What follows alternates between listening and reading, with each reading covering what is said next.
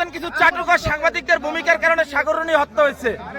এই দেশের সেনাবাহিনী যখন পিলখানার হত্যাকাণ্ড হয়, পিলখানার হত্যাকাণ্ডের সর্বপ্রথম মিসগাইড সেনাবাহিনীকে আপনি করছেন। আপনার মিডিয়ার মাধ্যমে আপনারা যখন ভুল তথ্য দিচ্ছেন, আপনাদের মাধ্যমে সর্বপ্রথম সেনাবাহিনী মিসগাইড হয়েছে।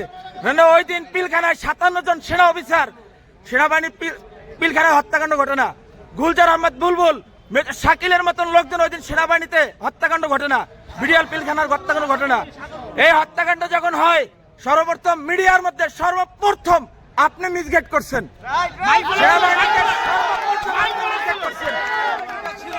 এই দেশে 52,000 রয়েল সদস্য, এর ভিতরে আপনি একজন। এই দেশকে আপনারা ভারতের অঙ্গরাজ্য বানাবার জন্য যা করাবার তাই করছেন, ঠিক আছে? আপনি এখনো কেন আপনার হাতে এখনো ছাত্র হত্যার রক্ত এখন আপনার হাতে লেগে আছে?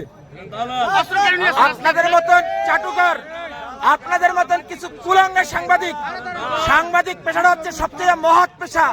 সত্যের উন্মোচন তারাই করে, কিন্তু আপনারা সত্যটারে মিথ্যা বানাইয়া এই দেশটাকে একটা কিসিম ভুটানের মতন আপনারা অন্ধকার জগতে বানাই ফেলাইছেন ভারতের অঙ্গরাজ্য বানাবার জন্য। আপনি এদেশের একজন নাগরিক হয়ে আপনি এদেশের ক্ষতি কিভাবে করেন বলেন তো?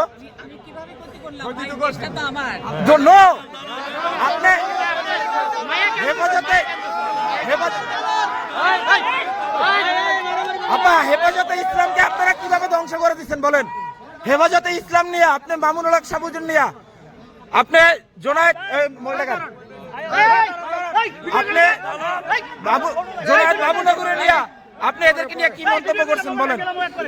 এই দেশে হেফাজতে ইসলাম নিয়ে আপনার মন্তব্যগুলো কি? আমরা আপনার সমস্ত কিছু দেখছেন। এই দেশের সাংবাদিক মধ্যে আপনি কুলাঙ্গার, এই দেশের সাংবাদিকরা আপনি ধ্বংস করছেন। লোকদেরকে সরাই যায়, আমাদের লোক সরাই যায়।